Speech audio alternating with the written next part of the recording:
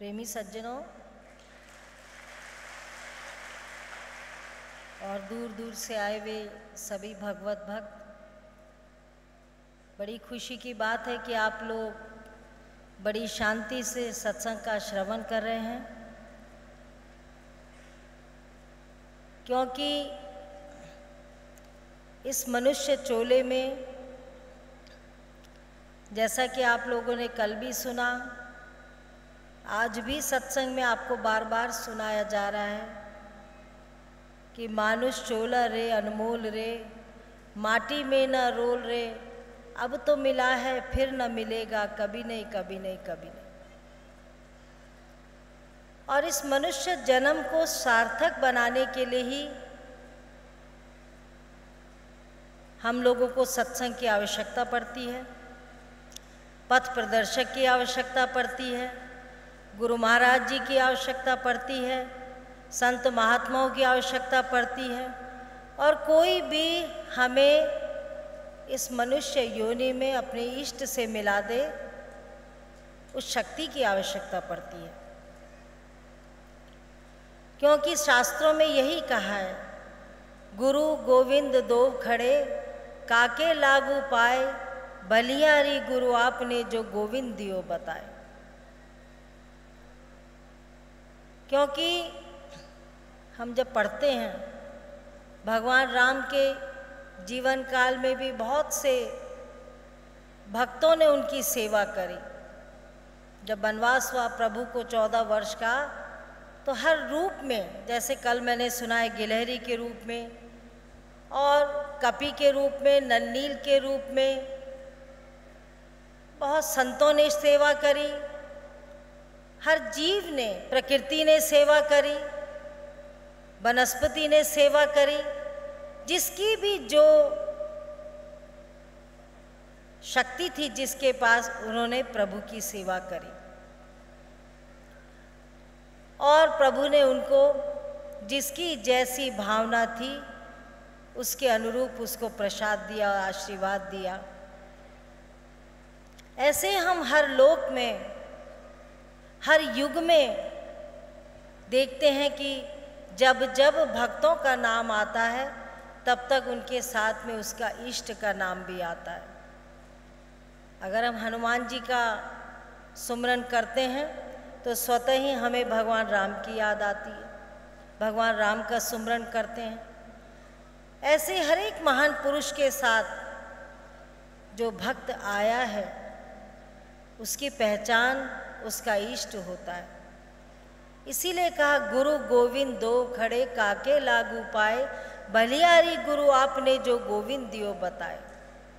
गुरु की पहचान नहीं थी, उस प्रभु की पहचान नहीं थी, लेकिन जब अध्यात्म का ज्ञान मिला, उस पहचान को जानने का साधन मिला, तब हम तुरंत अपने प्रभु को पहचान गए।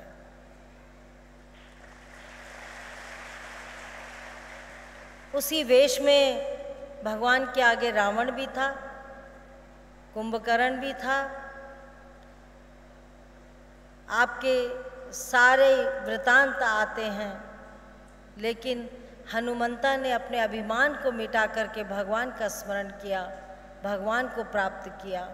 भिल्ली ने अपनी निष्ठा से 14 वर्ष तक भगवान की इंतज़ार में, जब 14 वर्ष व्यतीत हुए तो भगवान ने उनको दर्शन दिए। तो हर एक युगों युगों तक हम जब देखते हैं, पढ़ते हैं, तो हमें और आपको सभी को जो इस कलिकाल में मौजूद हैं, ये चारों कालों का अंतिम चरण है, इसमें जब हम मौजूद हैं तो हम देख रहे हैं कि आज सबसे ज़्यादा मनुष्य को शांति की आवश्यकता है। और जब तक वो शांति हमारे हृदय में नहीं होगी, हम संसार में भटकते रहेंगे, भटकते रहेंगे, भटकते रहेंगे। आप लोगों ने कछुआ देखा होगा। कछुआ का जो शरीर होता है वो तो मुलायम होता है, पर उसकी कमर में एक बहुत बड़ा कवच बना होता है, और जब उसको एहसास होता है कि मुझ पर वार होने वाला है, तो वो अपने शरीर को उस कवच के अंदर कर लेता है और अपनी रक्षा करता है। इसी तरह हम सबके मनुष्य चोले में एक ऐसा ज्ञान का कवच है, ऐसी आध्यात्मिक की शक्ति का कवच है, जिस कवच में जब हमारी मन तन अशांत होता है, हम उस कवच के अंदर अपनी रक्षा करते हैं। और भगवान भी कहते हैं कि 10 इंद्रियों से तू युद्ध कर, अर्जुन को समझाते हैं, और 11वें मन से तू सुमिरन कर। सुमिरन में जितनी शक्ति है वो तुम्हारे जीवन को बदल देती है, तुम्हारे जीवन नरकीय जीवन को एक ऐसे जीवन में ढाल देती कि जो हम सब की आस होती है। सब जाना चाहते हैं। आप जीते जी किसी को पूछो नरक जाना चाहते हो कि स्वर्ग जाना चाहते हो, सब कहेंगे स्वर्ग जाना चाहते हैं।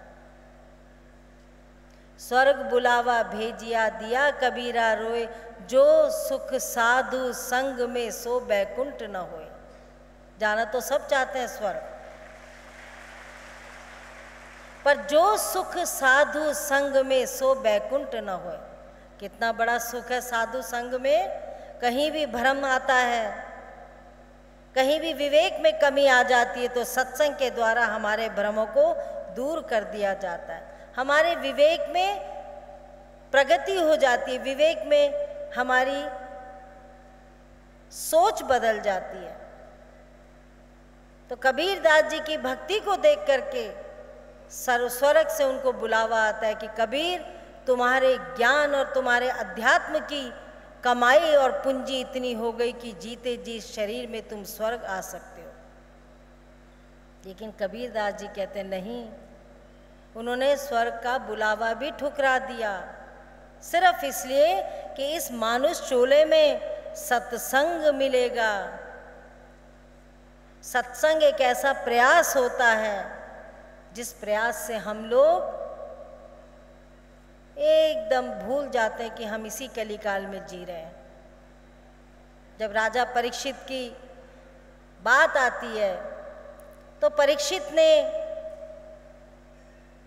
उनके पास में सारा, बड़े धार्मिक राजा थे, सारा सुख था, वैभव था, हर चीज थी, और बड़े अच्छे ढंग से उनका राजपाट चल रहा था।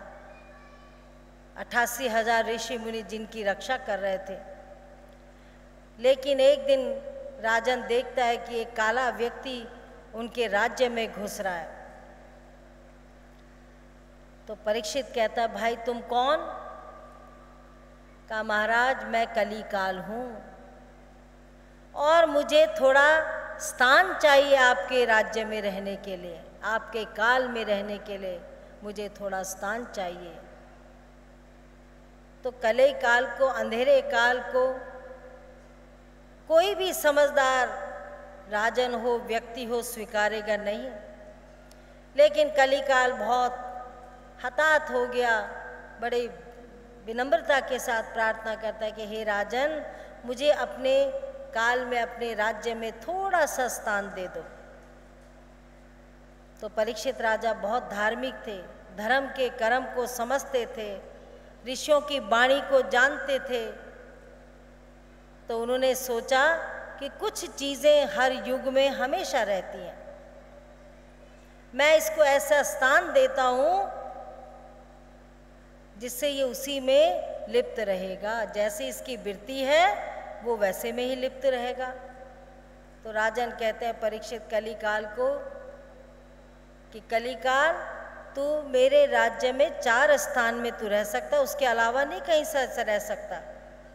पहला कौन सा? स्वर्ण, सोना। दूसरा शराब, नशीली चीज़ों का सेवन करना। तीसरा वैश्यागिरी। चौथा झूठ। ये जो स्थान है इसमें तेरा वास हो सकता है, जहाँ धर्म कर्म होगा, जहाँ सत्संग होगा, जहाँ ऋषि मुनि होंगे, तपस्वी साधु होंगे, वहाँ कलिकाल तू परेशान भी नहीं कर सकता, तू खड़ा भी नहीं हो सकता। अब कलिकाल तो चालाक था, कहने लगा मुझे एक बार घुसने का तो मौका मिल रहा है, राज्य में चला जाऊंगा तो रहने लगूंगा, आ गया। अब परीक्षित राजा भूल गए कि उन्होंने तो स्वयं ही सोने का मुकुट पहना हुआ है। जैसे ही राजा ने कलिकाल को आदेश दिया रहने का, पहला असर राजा पे ही पड़ा, स्वर्ण के मुकुट पे ही पड़ा। और इतना सुंदर धार्मिक कर्मी विश्वास करने वाले राजा का स्वर्ण के मुकुट पहनने से ही उन पर कलिकाल का असर पड़ गया। आखेट के लिए चले गए और देखते हैं कि ऋषि तपस्या कर रहे हैं, लेकिन उनके गले में एक मृत सांप पड़ा हुआ है। और वहाँ पर उन्होंने मृत सांप को लिया और घुमा करके राजा उसके ऋषि के गले में दोबारा डाल दिया। अब वो तो सन्यास, वो तो भजन में बैठे हुए थे, उनके गले में जब मृत सांप पड़ा हुआ तो उनका पुत्र जब आता है तो पुत्र कहता है कि ये मेरे पिता, सन्यासी पिता के साथ किसने ऐसा मजाक किया है, मैं उसको अभी श्राप देता हूँ कि 7 दिन में उसकी इसी तक्षक नाग के काटने से मृत्यु होगी। 7 दिन। राजा परीक्षित को जब श्राप का पता चलता है तो वो बड़े विचलित हो जाते हैं कि 7 दिन। तब मोह की जागृति होती है। इतना बड़ा राजपाट है, इतना बड़ा सारा महल, खजाने, रानियां, महारानियां, संतान, सब सारे दुख जो हैं सताने लगते हैं। अब राजन का प्रश्न होता है कि मैं कैसे ये 7 दिन में कैसे उस मृत्यु पर अमरता प्राप्त कर सकता हूँ। सारे उस समय के महान पुरुषों ने सोचा, इतना बड़ा धार्मिक राजा, इतना बड़ा पराक्रमी राजा, और 7 दिन में एक तक्षक नाग के काटने से शरीर को त्याग देगा, तो इसके लिए कुछ सोचना चाहिए। सभी ऋषियों को सूचना दी गई। 88,000 ऋषियों को एकत्र करने का प्लान बनाया गया कि 88,000 ऋषि परीक्षित को सत्संग सुनाएंगे, कथा सुनाएंगे और फिर उनका जीवन धन्य हो जाएगा। लेकिन जो ज्ञानी जन थे उन्होंने कहा कि 88,000 पल भी नहीं है 7 दिन में। 88,000 ऋषियों का अगर एक एक वाणी भी सुनेगा उतना समय नहीं है परीक्षित के पास।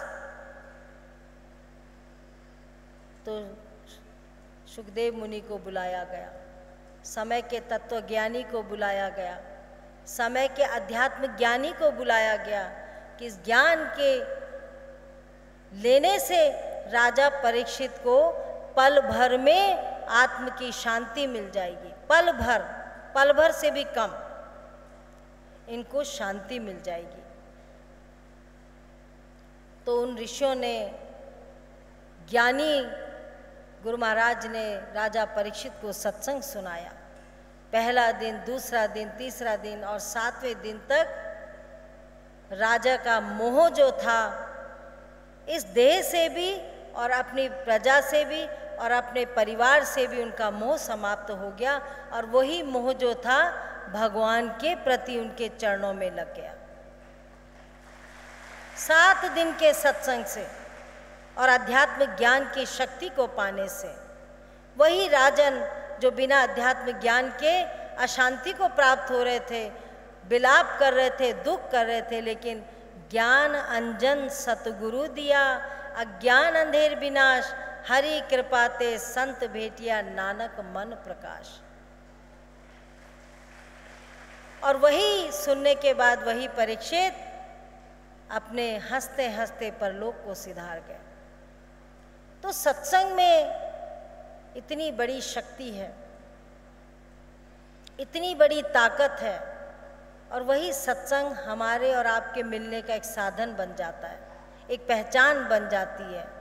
आज हम सुबह 10 बजे से यहाँ बैठे थे, तो तेलंगाना और आंध्रा से, जिन्हें भाषा भी नहीं आती, इशारों से समझा रहे थे, कुछ लोग उसमें से बोल रहे थे, तो वहाँ से बहुत से हमारे प्रचारक मुरली जी वहाँ जाते हैं और उनको उनकी भाषा में सत्संग सुनाते हैं। तो पहले भी कुछ लोग आए थे और आज बहुत संख्या में लोग आए, और उन्होंने प्रार्थना की कि हम इस संदेश को अपने आंध्र प्रदेश में, अपने तेलंगाना में इस संदेश को सुनाना चाहते हैं। ये तो इतना, इस रास्ते का तो हमें पता ही नहीं था।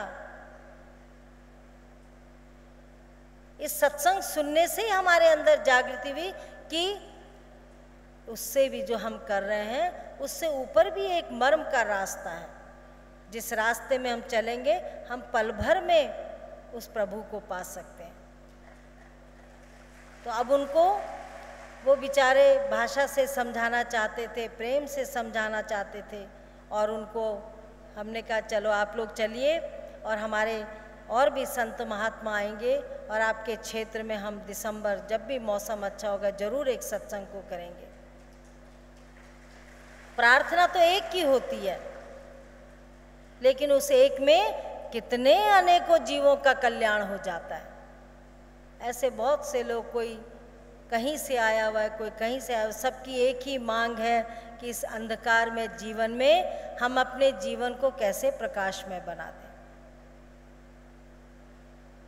क्योंकि सबकी इच्छा स्वर्ग जाने की है।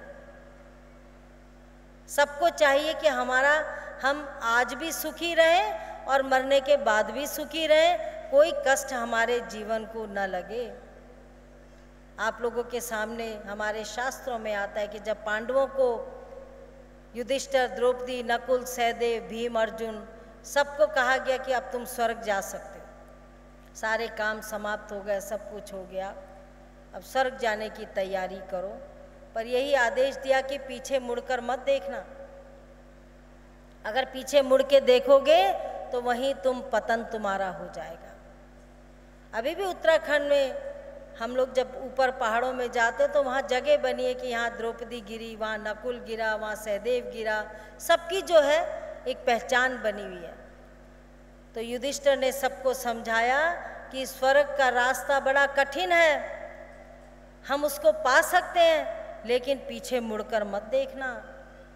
पीछे मुड़कर क्या, अपने पुराने जीवन को, जिस जीवन में हमारा अभिमान भी रहा होगा, हमारे अंदर द्वेष भी रहा होगा, हमारे अंदर माया भी रही होगी, हमारे अंदर मोह भी रहा होगा, पर जब तक हम उस सब चीज़ों को त्यागेंगे नहीं, हमें कुछ प्राप्त नहीं हो सकता है। जैसे चलते गए तो सबसे पहले द्रौपदी गिरी। सारे पांडव पूछने लगे, युधिष्ठिर महाराज आपने तो कहा था कि पीछे मत देखना, अब द्रौपदी कैसे स्वर्गारोहण तक पहुंच ही नहीं सकती, क्या हो गया? तो युधिष्ठिर कहते हैं कि द्रौपदी के अंदर भी एक कमी थी। कहा महाराज क्या? द्रौपदी के लिए हम पांचों पति थे, पर वो अर्जुन से सबसे ज्यादा प्यार करती थी, और वही उसके अंदर एक चीज थी, उस कमी के कारण वो स्वर्ग तक नहीं जा सकती है। जब का माया, अभिमान, सारे विकार जब तक हम अपने जीवन से नहीं निकालेंगे, हम उस परम प्रभु की भक्ति को नहीं प्राप्त कर सकते। थोड़ी देर आगे चले तो सहदेव गिर गए। तो कहा सहदेव तो इतना बुद्धिमानी है, सहदेव कैसे गिर गए? तो युधिष्ठिर कहते हैं इसको भी अभी अपनी बुद्धि का अभिमान बचा हुआ था, ये भी स्वर्ग के लायक नहीं है। चलते चलते नकुल गिर गए। तो कहा महाराज नकुल तो बहुत सौंदर्य का और इतना अध्यात्म से प्रेम करने वाला है। युधिष्ठिर कहते हैं नकुल के अंदर भी अपनी सौंदर्य का अभिमान था। थोड़ी देर और आगे चले तो अर्जुन गिर गए। कहा महाराज अर्जुन जिसको भगवान का साक्षात्कार हुआ था, जिसको भगवान ने इतनी शक्ति दी थी। तो युधिष्ठिर कहते हैं कि अपने भाइयों को समझाते हैं कि धीरे धीरे अब सब गिरते जा रहे हैं, पर देखो युधिष्ठिर को भी अपने शक्ति का अभिमान है, क्योंकि युधिष्ठिर को भी इतनी बड़ी शक्ति प्राप्त थी कि हवा में तीर बार करके गठरी बना सकता है, धरती में बाण डाल करके पानी प्रकट कर सकता है। तो कहीं ना कहीं वो अभिमान जो है हृदय में कचोटता है। अर्जुन की भी वहीं गिर चुका। अब एक रह गया भीम, और आगे जाते जाते भी भीम को भी, क्योंकि भीम को भी अपने बल का बहुत अभिमान था। सिर्फ बचे धर्मराज युधिष्ठिर।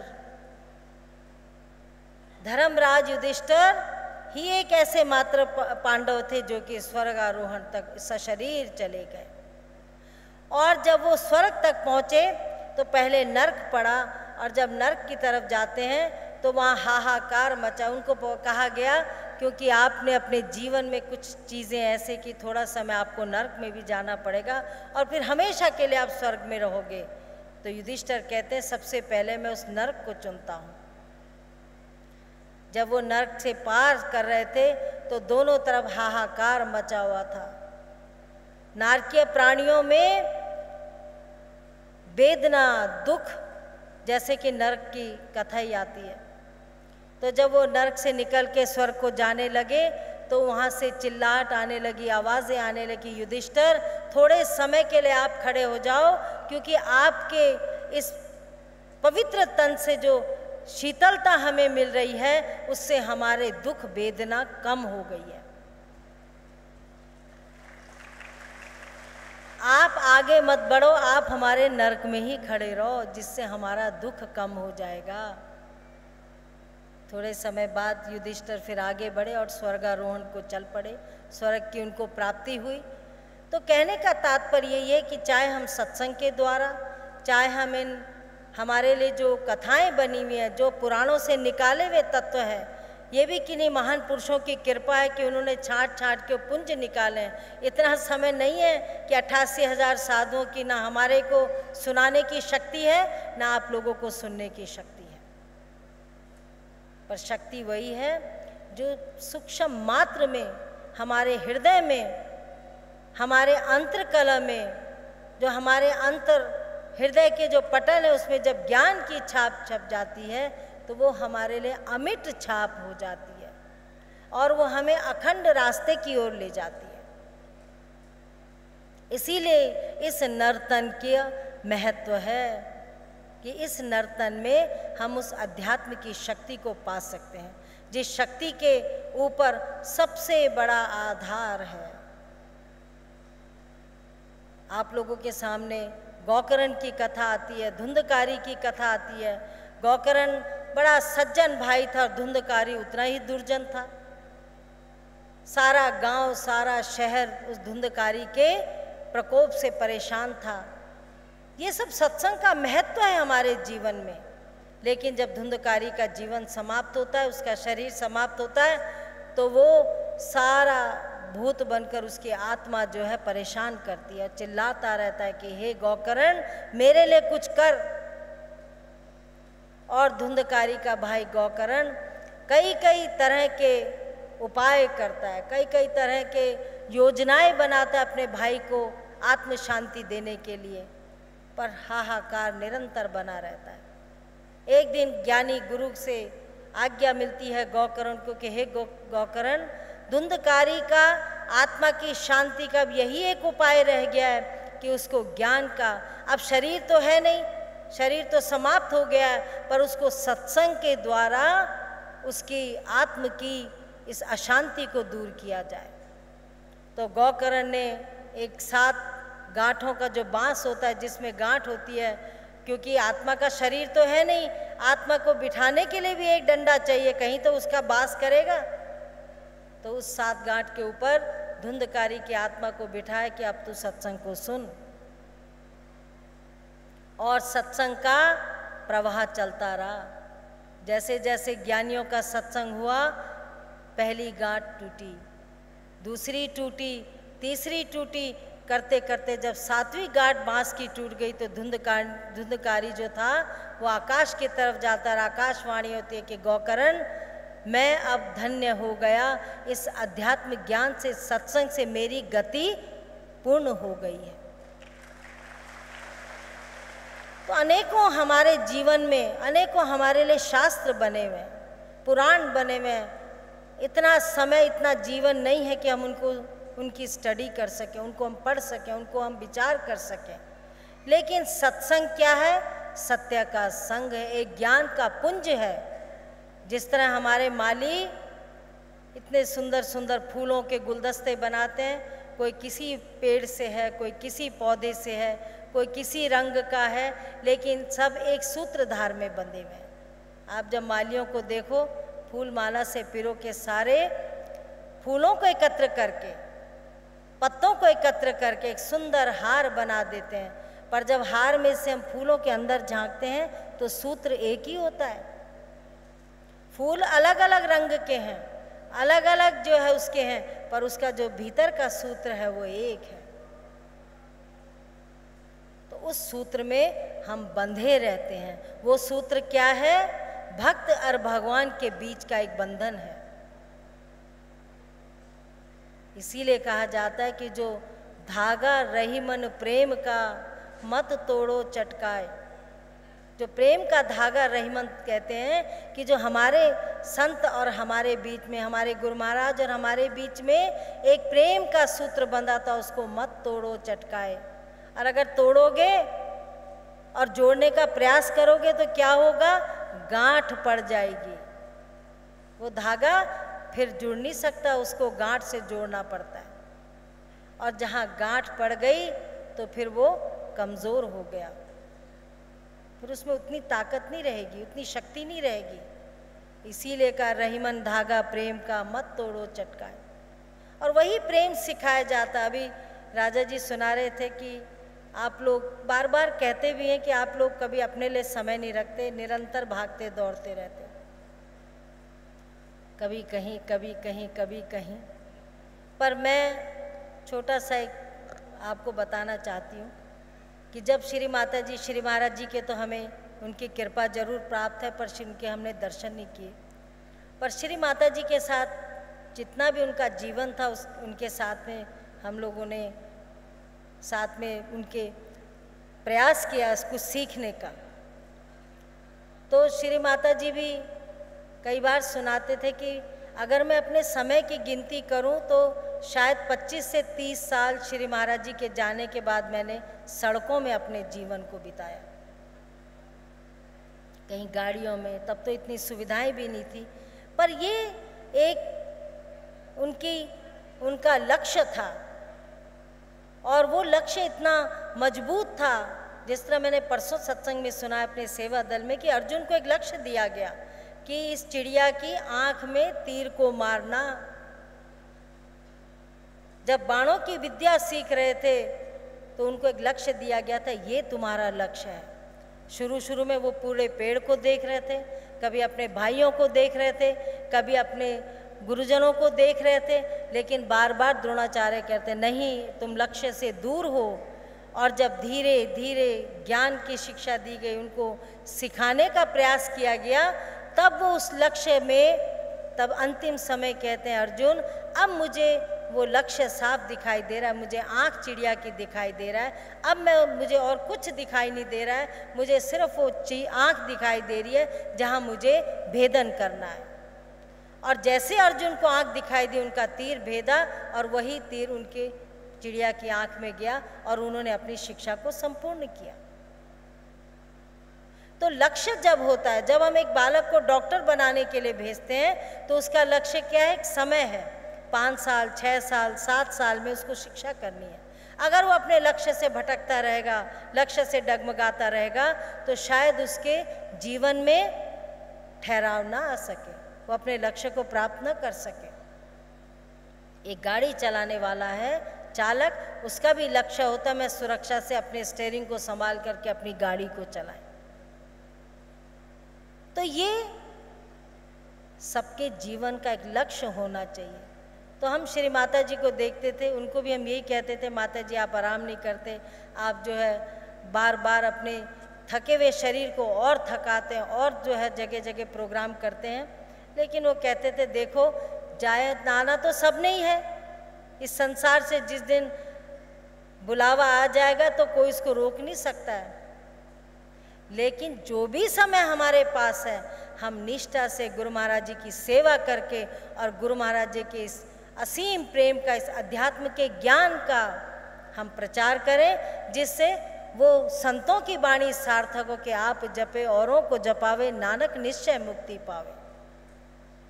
ऐसा पारस पथरी है, ये अध्यात्म का ज्ञान एक पारस पथरी के समान है, जिसमें लोहे को रगड़ते जाओ तो लोहा भी सोना बन जाता है। 4 राम है जगत में, 3 राम व्यवहार, 1 राम तत्व सार है, 3 पर करो विचार। शालिग्राम है, राजा राम है, पारस राम है, पर एक तत्व राम है। राम का नाम, राम से बड़ा राम का नाम। तो ये जो संतों ने हमारे लिए एक संदेश लिखे हैं, ये संदेश जो हैं ये कहीं व्यर्थ नहीं जाएंगे। तो कर्म तो है कर्म प्रधान, विश्व रचि राखा, जो जस करे तस फल चाखा। ये भी एक कर्म है, और हमारे महान पुरुषों ने उस कर्म को महान कर्म कहा है। वही एक अटूट बंधन है। इसीलिए हम, जो हमें तत्वज्ञानी बना देता है, उस तत्वज्ञान को देने वाले को हम भूलते नहीं हैं।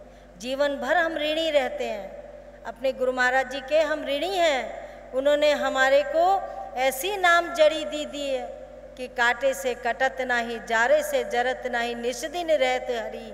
हमारे गुरु ने दीनी है नाम जड़ी।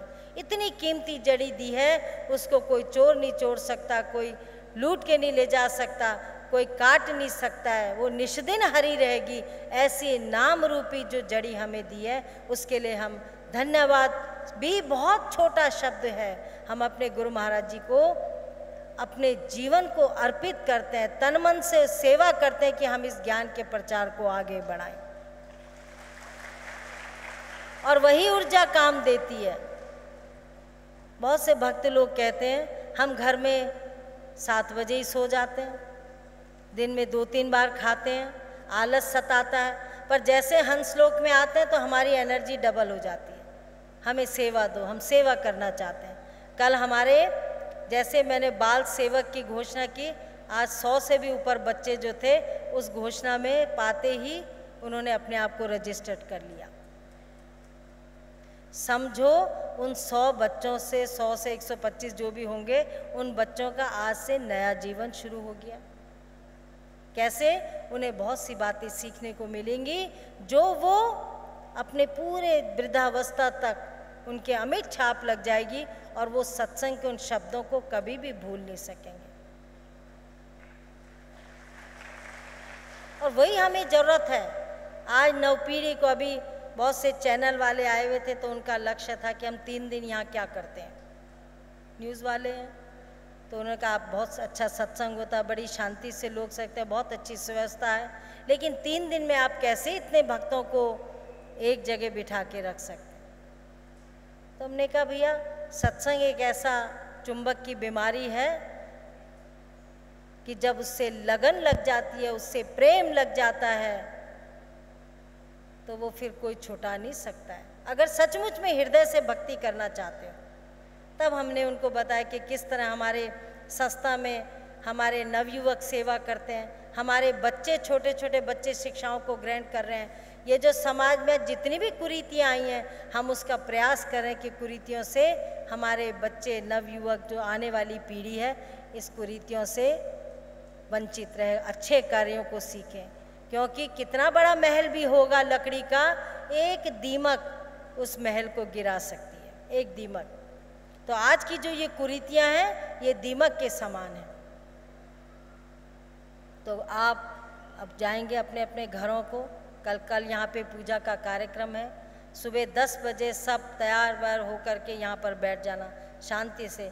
बहुत सुंदर ढंग से आप लोग सुनते हैं। अब बहुत विकास हो रहा है, आपके अंदर भी जागृति आ गई है कि हम सत्संग को अच्छी तरह से सुने, और बड़ी खुशी होती है। देखो हमें क्या चाहिए आप लोगों से कि तन मन बैठ करके जो वचन सुनाए जाते हैं उसको सुनो, समझो और अपने जीवन में डालो और बदलाव लाओ। यही तो चाहिए। यहाँ दरबार से लेकर के सब जाते हैं, देने का तो सवाल ही नहीं। क्या दिया जाता है? अपने विकारों को त्याग दो, अपने अभिमान को त्याग दो, अपनी ईर्ष्या को त्याग दो। ये नहीं कि यहाँ तक तो हम सारे बड़े मृदुल भाषा में बोलेंगे और बाहर जाके फिर वही सामाजिक जो व्यवहार है उसका हम उसके जीवन को जिए। ऐसे दोहरी बदलाव से जीवन नहीं जिया जाता। शिक्षा वही है जो हम सुन करके अपने जीवन में ढालें, तभी हम सबका कल्याण है। आज देखो कितने महीनों से, सालों से हमारे महात्मा बाई जी के पास पर्ची आती है, हम उस ज्ञान को जानना चाहते हैं, ज्ञान को जानना चाहते हैं। और प्रोग्रामों में जब बहुत दिनों से वो लोग सत्संग सुनते हैं, जब उनकी मट्टी देखी जाती है कि हृदय रूपी उनका जो कार्य क्षेत्र है जहाँ से विचार उत्पन्न होंगे वो निर्मल है कि नहीं, उनकी इच्छा है कि नहीं, सचमुच प्यास लगी है कि नहीं। कि अगर प्यास तो लगी नहीं और नलके के पास बिठा दिया, नीर के पास बिठा दिया, नदी को उनके ऊपर भी उड़ेल के दे दिया, उसे उस प्यास मिट नहीं सकती है, प्यास तो लगी नहीं है। तो देखा जाता है आज 250 लोगों को, 251 लोगों को आज सुबह तत्व ज्ञान से बोध कराया गया, उस अध्यात्मिक ज्ञान से बोध कराया गया। आज उनका जन्म असली मायने में आज जन्म सफल हुआ, आज उनका पुनर्जन्म हुआ। अब तक जो जी रहे थे दूसरे के लिए जी रहे थे, समाज के लिए जी रहे थे, बालकों के लिए जी रहे थे, पति पत्नी के लिए जी रहे थे, पर आज जब हम आध्यात्मिक ज्ञान का सेवन कर लेते हैं तब हम अपने लिए जीना शुरू करते हैं, तब हमें अपनी प्यास बुझाने का साधन मिलता है। तो जो नए पुष्प जुड़े हैं हंसलोक की बेल में, उनको हम आशीर्वाद देते हैं कि अपने जीवन में सब काम को दूसरी लाइन में रख दो और पहले भजन सुमरन करो। यहाँ ऐसी शिक्षा मिलती है कि जो शिक्षा हम सब के लिए कल्याणकारी है। कई बार मनोज अभी बैठे हैं, कई बार कहते हैं माता जी, लोग जब मैं देश विदेशों में बड़े से बड़े वैज्ञानिकों से मिलता हूँ, बड़े से बड़े लोगों से मिलता हूँ, तो वो सोचते हैं पता नहीं मैंने कहाँ कहाँ इतनी डिग्रियाँ प्राप्त करी। लेकिन कहते हैं हमारी शिक्षा तो आश्रम की शिक्षा थी। श्री माता जी के सानिध्य में हमने वो सब कुछ सीखा जो आज हमारे काम आ रहा है। तो ये सबके साथ वो हो सकता है, सब अपने जीवन को धन्य बना सकते हैं। तो ऐसी शिक्षाओं का हम ग्रहण करें जो हमारे लिए हितकारी हो। 2 दिन का सत्संग सुना और भूल जाएं, उसमें हमारा कल्याण नहीं है। अभी हमारे आश्रम के हंस फाउंडेशन से नीरज जी सब लोग बनारस गए। जब मोदी जी ने घोषणा करी कि बनारस को, वाराणसी को भगवान के त्रिशूल में जो बसा हुआ है, भगवान शंकर के त्रिशूल से जिसकी उत्पत्ति हुई है, ऐसे बनारस की कहा गया शास्त्रों में कि सारा संसार का विनाश हो जाएगा, पर वाराणसी का जो प्रभु का द्वार है, जो भगवान ने अपने त्रिशूल से उत्पन्न किया, उसका कभी नाश नहीं होगा। जहाँ गंगा जी 24 घंटे उस घाट के चरणों में बहती है, पर 30-30 साल से गंदगी जमी हुई है। लोग जाते हैं, सोचते हैं काया तो साफ कर दी, पर वहाँ 10 किलो काया से गंद और डाल के आ जाते हैं। ना, कई वर्षों से ये कार्य चल रहा है। और जब उन्होंने हमें, हमारी फाउंडेशन को 2 घाट दिए, तो इनका रिकॉर्ड है 1.25 महीने में इन्होंने वो घाट को साफ करके 30 साल की जो मट्टी जमी थी 6,500 ट्रक मिट्टी डाल करके निकाल करके शहर से दूर फेंकी और उस गंगा जी के जल को निर्मल कर दिया और घाट को निर्मल कर दिया। आज उस घाट में खड़े होकर के गंगा जी के दर्शन कर सकते हैं। और एक नहीं, लाइन लगी, 80 घाट है, 80 की यात्रा है, कोस की यात्रा है। तो ये कर्म प्रधान विश्व रचि राखा। जब कर्म किया तो उसका फल तुरंत मिल गया। आज आप न्यूज़ में देखो, चैनलों में देखो, सब जगह आता है कि हंस फाउंडेशन एक ऐसी मात्र संस्था है जिन्होंने कहने के तो कहा पर करना उससे जल्दी कर दिया। और आज बनारस में अब सत्संग के लिए तैयार, और आज ही प्रार्थना कर रहे थे उसी घाट में अब हम लोग जाकर के सत्संग को सुनेंगे, सत्संग को करेंगे, जिससे बाहरी शरीर की तो सफाई हो गई, पर अंदर का मैल, गंगा जी में स्नान तो चले जाते हैं, साबुन की टिक्की से बदन को रगड़ते रहते हैं, वो मैल तो शरीर की उतरी, पर 84 लाख योनिया से ये जो मैल जमा है मन मंदिर में, हृदय में, ये मैल कैसे साफ होगी? उस मैल का साबुन तो अनोखा ही है। वो मैल का साबुन ये एडवर्टाइजमेंट वाले साबुन नहीं है, उस मैल को उतारने का साबुन तो संतों के पास है। इसीलिए संतों ने जब कहा कि आग लगी आकाश में, झरझर पड़े अंगार, संत न होते जगत में तो जल मरता संसार। संत के पास ऐसी बूटी है जो हमारे अध्यात्म की अशांति को, हमारे हृदय के अंधकार को मिटा देती है।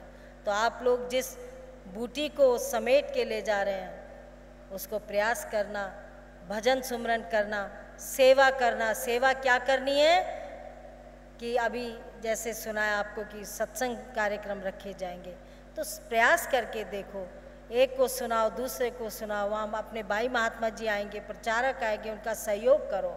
और जब तक आपको भी जगाने वाला कोई जीव रहा होगा, आपको भी यहाँ तक लाने वाला कोई जीव रहा होगा, कोई बैसाखी रही होगी, वही बैसाखी आप बन कर के किसी दूसरे के जीवन को जगा सकते हैं।